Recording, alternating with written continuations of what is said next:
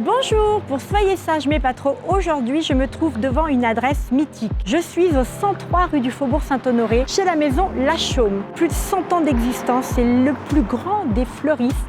Venez avec moi, vous allez découvrir un univers absolument magique. Venez.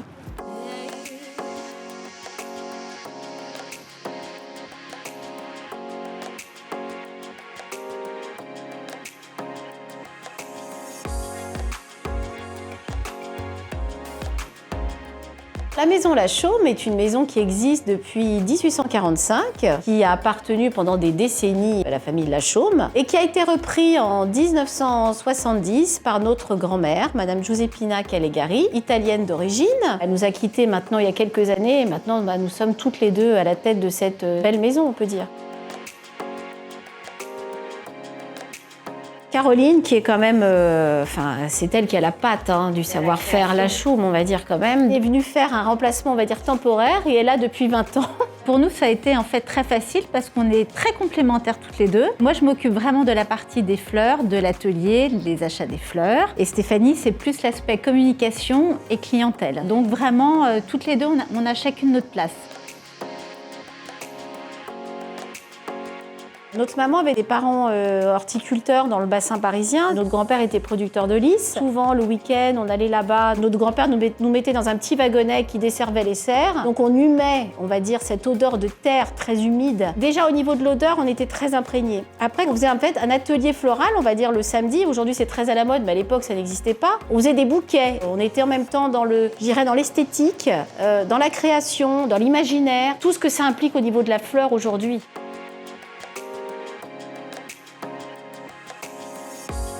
Au-delà de la fleur, on fait aussi de la fleur stabilisée, des bouquets de blé. On est dans une palette de couleurs, dans une palette d'odeurs, dans la création. On a 1000 idées tout le temps, donc on essaie de mettre au point pour que ce soit parfait. Mais en même temps, je veux que ça soit beau, que ça sente bon, évidemment. On s'est créé, je pense, notre univers aussi avec Caroline. On met très peu de feuillage dans les bouquets parce que c'est pas quelque chose qu'on trouve forcément très beau. Ou alors, on va dire, quand c'est la période locale, oui, il y a des jolis petits feuillages, mais nous, on ne fait pas du tout ce qui est travail de pliage. Si on fait un vase de feuillage, on va vouloir faire une forêt tropicale, enfin quelque chose d'un peu fou. Alors l'inspiration vient en fait des magazines. De temps en temps, en fait, on va se promener rue du Faubourg Saint-Honoré pour essayer de voir un petit peu ce qui se fait. Les couleurs, les choses comme ça, en fait, qui sont un peu tendance. Mais il est vrai aussi que quand on va au marché, il y a quelque chose, il y a un feeling en fait. On essaie d'imaginer aussi une vitrine. Ça peut venir d'une seule fleur qu'on a vue et tout d'un coup, on peut avoir une imagination absolument débordante. La rose reste quand même la reine de la fleur. Elle est fantastique parce que d'abord c'est une fleur qui dure. Après vous avez vraiment des variantes au niveau de la couleur. Il y a des symboles dans la rose parce que la rose rouge c'est la passion. La rose blanche alors ça peut être l'amitié, la paix. Elle peut être courte, elle peut être longue et elle peut être odorante, pas odorante. Ça représente beaucoup la rose. C'est pour ça d'ailleurs que dans le monde aujourd'hui on la cultive un peu partout.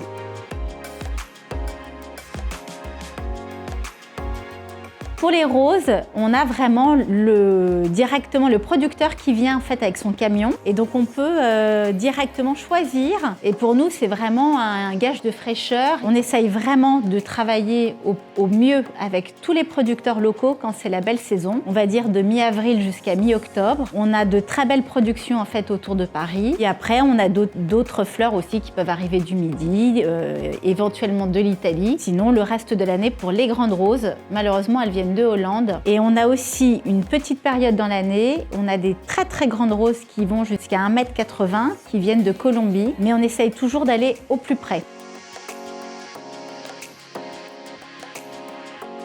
Cette rose, elle est naturelle à la base et ensuite on lui injecte un produit, elle est congelée et elle reste à son plus bel état. C'est comme ça que ça devient ce qu'on appelle la rose éternelle. Je voulais lui donner un sens et qu'elle ait toute sa beauté. Donc on a eu l'idée de la présenter sous une cloche pour que ça devienne un produit qui reste précieux, comme un bijou, comme un objet d'art. Dans son petit coffret, elle dure 2-3 ans et sous une cloche, elle va durer des années. Elle est sublime, elle est soit pleine, soit en forme de cœur et on est les seuls à la faire en forme de cœur. Donc c'est assez drôle et c'est assez représentatif, comme les bouquets de blé. C'est toute l'idée d'avoir un bouquet La Chaume qu'on garde et qu'on peut regarder tous les jours, ou une rose La Chaume.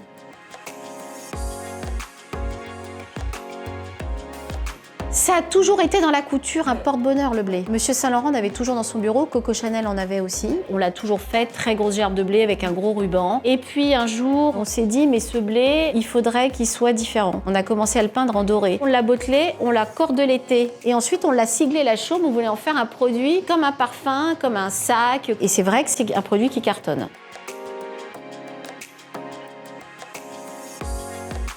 Cette année est un peu spéciale. On devait faire une exposition en avril avec Laurence Vauclair de la Galerie Vauclair. C'est la spécialiste de la céramique en France. Elle est spécialiste aussi du rotin. On sait très bien aujourd'hui que de remplir une céramique comme ça en fleurs, ça va coûter énormément d'argent, surtout si on veut changer les fleurs toutes les semaines. Alors, du coup, on s'est mis évidemment à glaner des fleurs séchées un peu partout. La fleur séchée, c'est comme la fleur naturelle. Il y en a je ne sais combien. La palette de couleurs est énorme. Après, c'est toute une idée de se dire comment est-ce qu'on va le mettre en scène. On voulait travailler un esprit 19e avec ses colonnes et montrer un peu l'idée majestueuse, de donner aussi un peu d'imagination.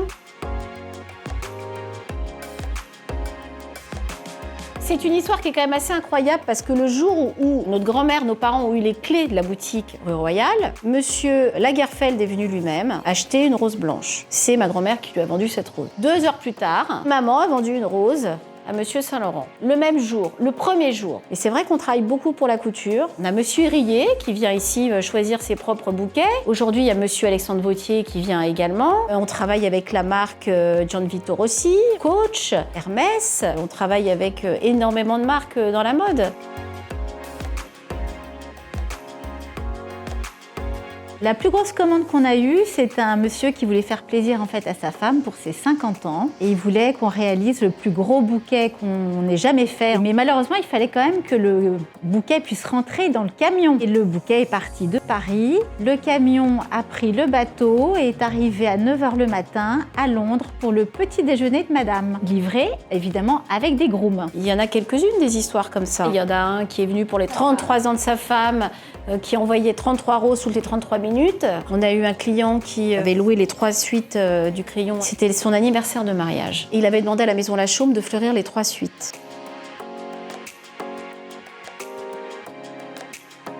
On reste quand même classique, mais nous sommes capables, et même on le fait tous les jours, de faire de la modernité dans les bouquets. Cet esprit champêtre, on l'a depuis toujours, mais il est hyper développé aujourd'hui, c'est dans la tendance. Nous, on n'appelait pas ça des bouquets champêtres, on appelait ça des bouquets anglais. Et en réalité, ces bouquets-là, on le fait depuis des dizaines d'années. Il faut s'adapter aussi à la demande, mais tout en gardant l'esprit de la maison.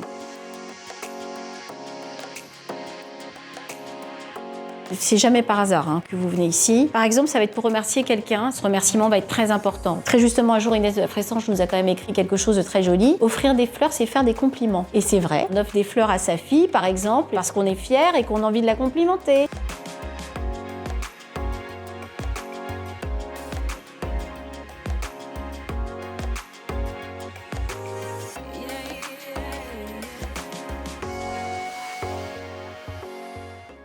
J'espère que vous avez fait plein de couleurs. Malheureusement, il n'y a pas l'odeur sur Instagram. En tout cas, je ne vous quitterai pas sans cette phrase. Une fleur est un être extrêmement poétique. À bientôt!